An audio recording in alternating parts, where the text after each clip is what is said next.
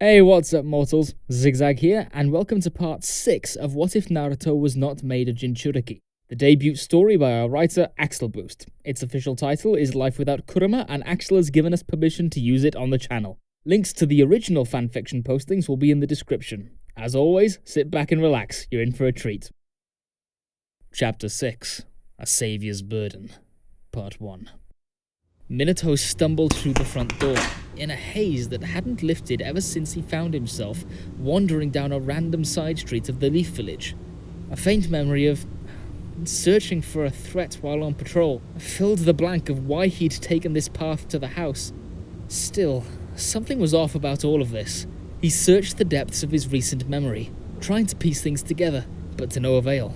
No one was out on the streets this late, and the usual calming stillness of the evening emphasized his rising sense of dread.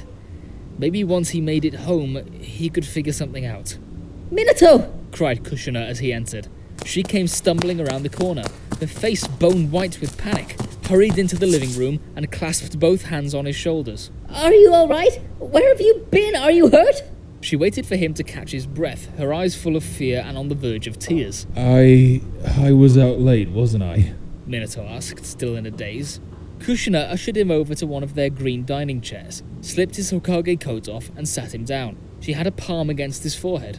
"You don't have a fever. Let me get you some water, though, just in case." She hurried into the kitchen and fetched a glass for him. In all the commotion, Minato realized Kushina had never uttered a single "You know?" Only a very worried Kushina would abandon her natural verbal tick. A few gulps of cool, refreshing water later, he sat up and looked her in the eyes. She knelt in front of her husband, watching him like a hawk. Kushina, it's okay. He reassured her. You can calm down now. I'm fine. Then could you at least tell me where you were? You've been gone most of the night. Naruto and I were worried sick. I've been patrolling the village. Minato scraped at his mind, desperate for any shred of information. The harder he willed himself to recall recent events, the more memories resurfaced. Before that, I was on my way to support a team I'd sent on a top-secret mission. But I got concerned, so I rushed back to the village. Concerned? You mean about the Uchiha? The coup was scheduled for today, wasn't it? The coup! That's right! The coup I was supposed to stop. This triggered something in Minato. Or rather, he felt it should have. He remembered speaking with someone regarding the coup rumored to take place by the order of Fugaku Uchiha. He remembered being very cautious and wanting to make sure something didn't happen. He even remembered holding a meeting regarding that something. Everyone was there. Koharu, Homura, Danzo. What was it he couldn't remember about Danzo? Then it came flooding back. Piece by piece, Minato remembered detecting an unusual chakra signature that left him unsettled. Then, heading out to patrol and look for its source. Finding nothing to back up his suspicions, he dismissed the matter and decided to head home. There was no reason to make Kushina and Naruto worried about him. He had told himself that if the Jonin team did not report in by morning, he would go out and search for them again. He relayed as much to his wife, who did not seem convinced. "What do you mean? I spoke with Kakashi earlier. He said you'd been away from the village for the past 3 hours. He even summoned his ninja hounds and checked for me just to be sure. They couldn't find you anywhere, but your scent was all over the street near the Uchiha district." 3 hours? There was no way he'd been out that long, was there? On second thought, his recollection didn't really make much sense. He didn't have perfect control of Sage Mode, but even so, he could have used it to find the source of strange chakra. So why had he taken the more troublesome route of patrolling alone? A sinking feeling formed in the pit of his stomach. Was he under the influence of a genjutsu? The inconsistencies in his memory frustrated Minato, and his wife seemed to notice this without him saying a word. She rose from the floor, taking his hands in hers. "We're taking you to see Inoichi tomorrow. He should be able to deal with whatever's affecting your memories." He wanted to reject the suggestion. He wanted to tell his wife she was overreacting, that there was nothing to worry about. However, he knew deep in his bones that this wasn't the case. Nothing was adding up. Something had gone terribly wrong in his village. Alright, there's definitely something more going on. Inoichi removed his firm grip from Minato's forehead. Kushina gave his shoulder a quick squeeze. and he reached up to caress her hand. I was afraid you'd say that. Minato looked at the floor. I'm sorry, Lord Hokage. Inoichi said, a sober frown on his face. And you're absolutely certain you don't recall anything more about last night? Minato nodded. Yes, I haven't been able to remember much more besides patrolling for a while after I sensed an unfamiliar chakra. I understand. Please hold still. I'm going to try a deeper dive. Will it hurt him? Kushina asked. I honestly don't know, Lady Kushina. The head of the Leaf's analysis team dropped his gaze. His ash-blonde ponytail spilled across one shoulder as he delivered the bitter truth. It's all right, Minato said. He gave his trusted subordinate a determined nod. Do it. This was for the village. Everything was for the village. After the recent tragedy, Minato couldn't afford to hesitate. He'd seen the bodies, the long, nigh endless streets littered with the corpses of unsuspecting Uchiha victims. Men, women, and children alike. Half-dried blood clung to their tattered garments like paint on a canvas, immortalizing them in a twisted mural of death left in the wake of what everyone was now calling the Uchiha Massacre. They were all dead. Well, almost all. Sasuke Uchiha, Fugaku Uchiha's youngest boy, had been found alive, but unconscious.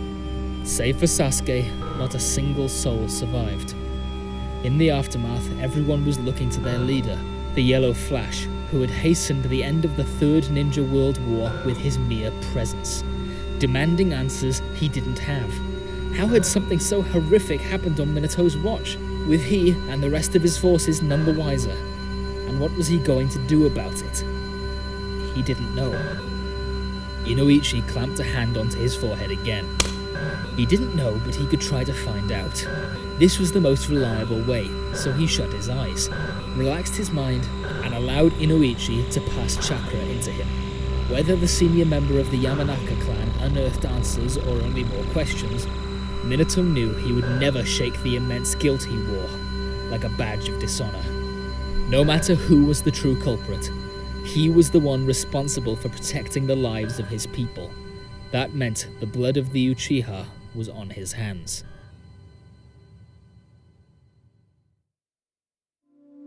Inoichi flowed into the consciousness of the fourth Hokage with little resistance, like a creek merging into a river.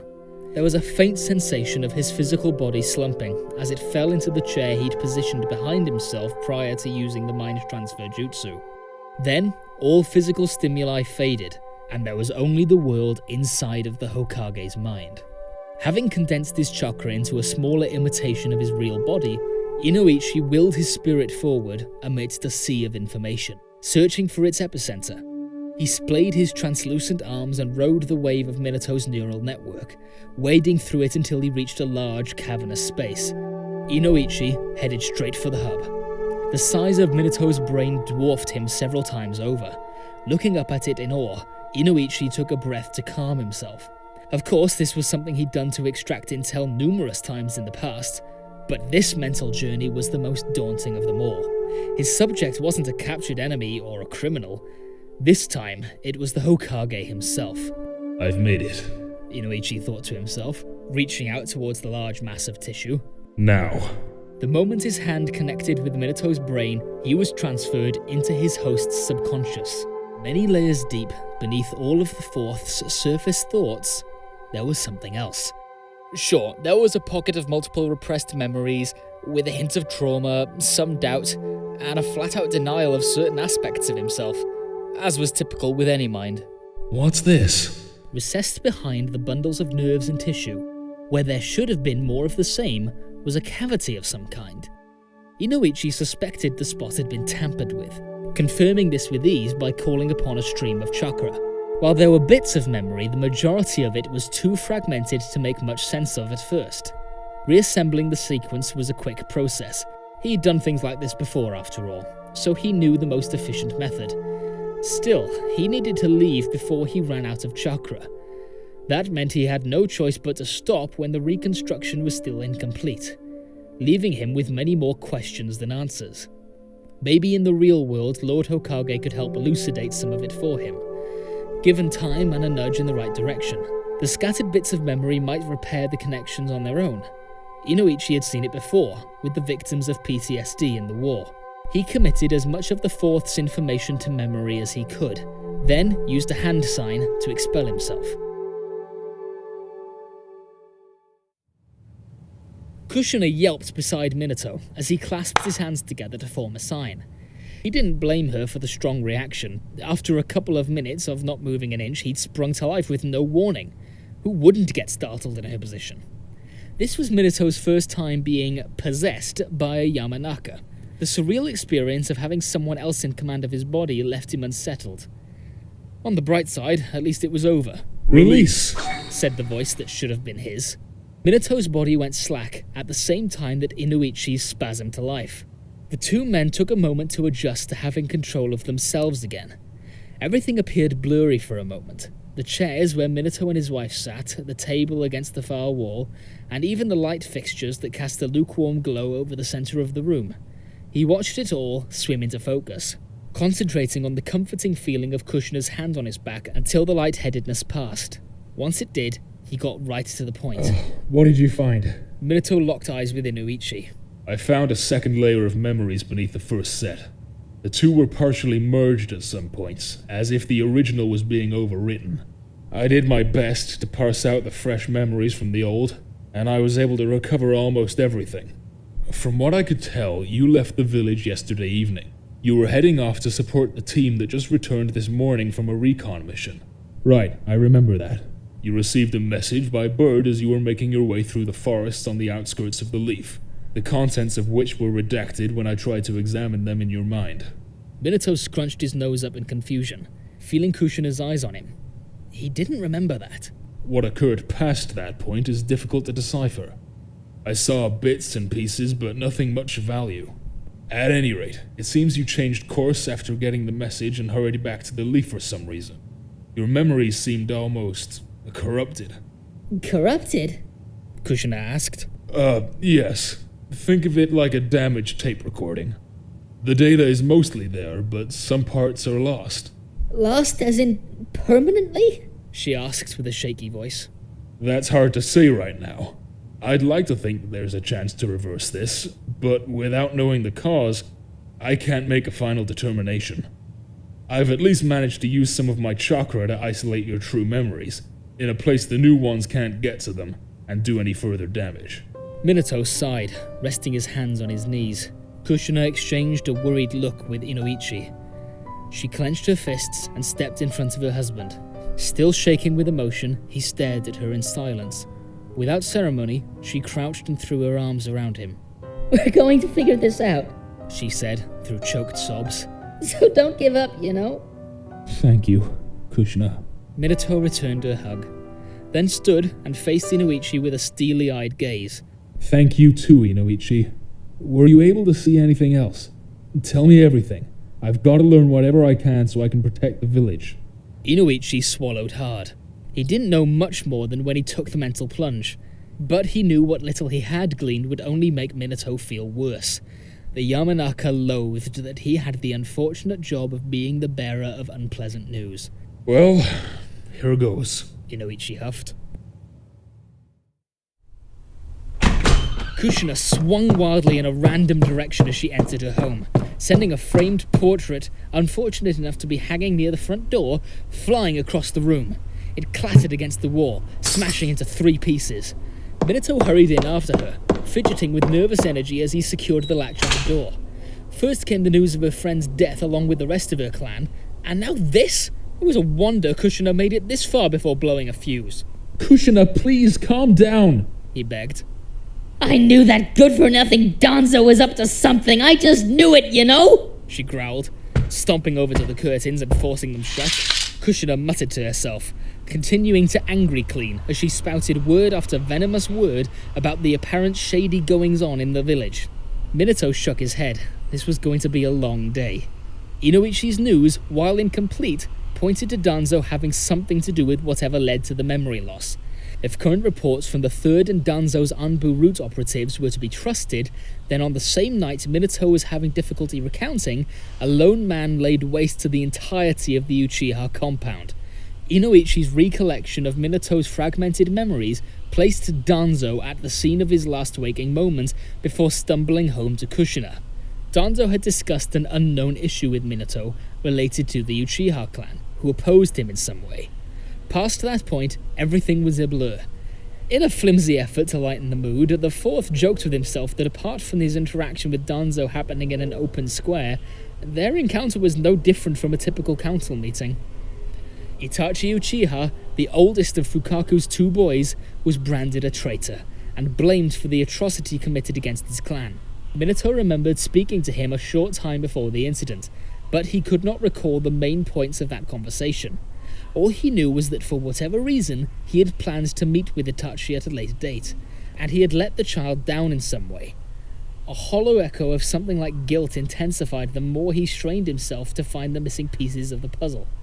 The work Inoichi did to restore his memory was a huge help, but Minato wasn't certain of what action to take now. Judging by all that he had in front of him, it wasn't too far-fetched to assume that he had tried to set up a countermeasure against the planned coup, and that the strategy he employed involved Itachi. Still, even if he was right, it didn't change the fact that things had gone far worse than he expected, or that he had a major mess to clean up as the Hokage. First and foremost, he needed to quell the wrath of his beloved. Kushina's red hair stood on end, swaying in random arcs like waving tendrils of death.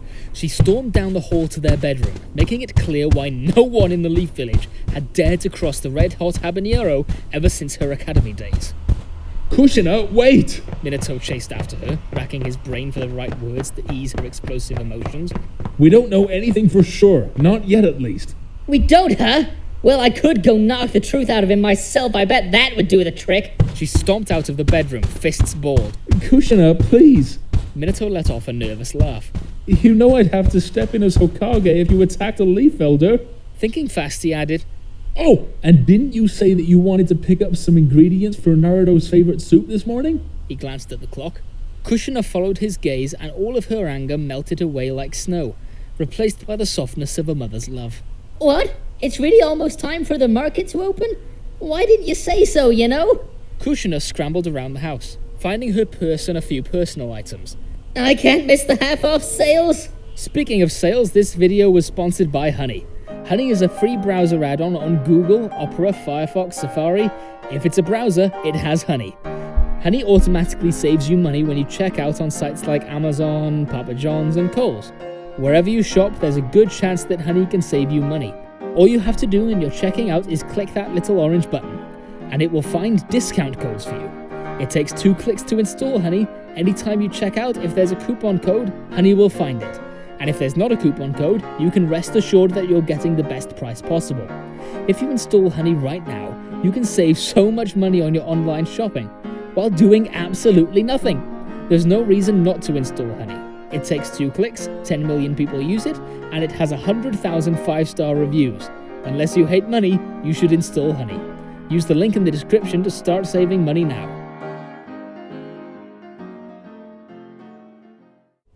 She sped past, stopping to give him a quick kiss before she disappeared through the doorway with a quick goodbye. Her facial expression held a multitude of suppressed emotions.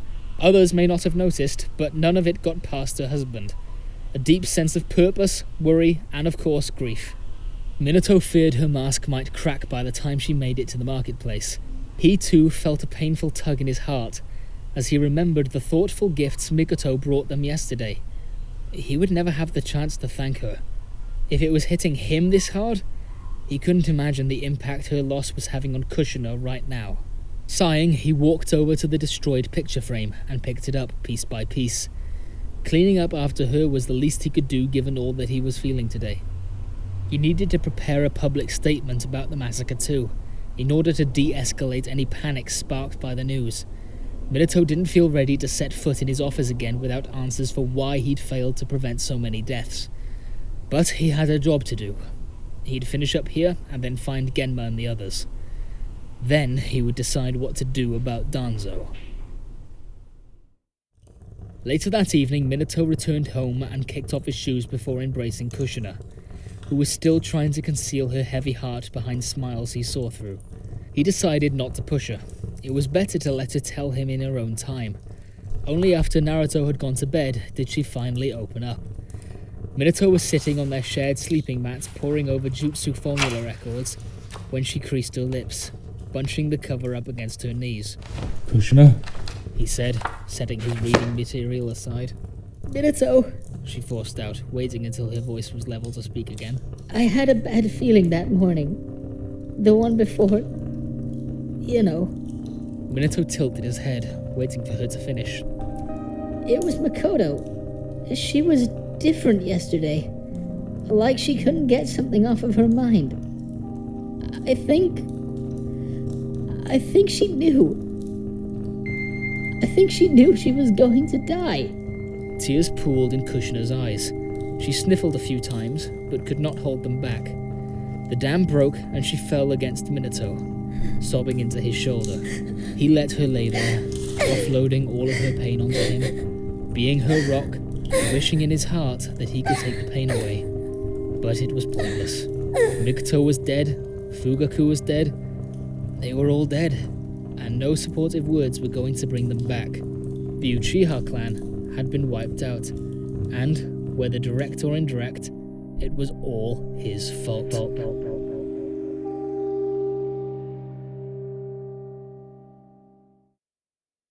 Thank you all for indulging yourselves in the story thus far. I hope you enjoyed it. Now here are a few more things that I'd like to go over with you before the video ends. Firstly, we've got a primary channel called We the Celestials. We the Celestials is what we do here already, but their content is centered around the crazy world and lore of My Hero Academia. So please, check us out over there if you're feeling in the mood for a roller coaster of quirky content. We also have another relative to our channel, Anime Deep Dive. Anime Deep Dive goes deep into the facts and lore of a wide variety of anime. It's guaranteed to help expand your weeb knowledge on all kinds of series. On behalf of We the Celestials, I'd like to thank everyone involved in the production of today's awesome content. Their details will be in the description below. If you're perhaps interested in what we do here at WTC, then I would like to extend an invitation to join the team. The only caveat being that we only accept members 16 and older to join our crew. You can find us on Discord, which you can locate in the description below. Our Discord is an all-around fantastic place to be. Whether you're a fan or looking to join our band of misfits, all you gotta do is hit up the recruitment server and sign up for whatever category of work fulfills your interests. We're always looking for members to join us. Well, that's it from us for today's video. Thank you all for watching and have a great day.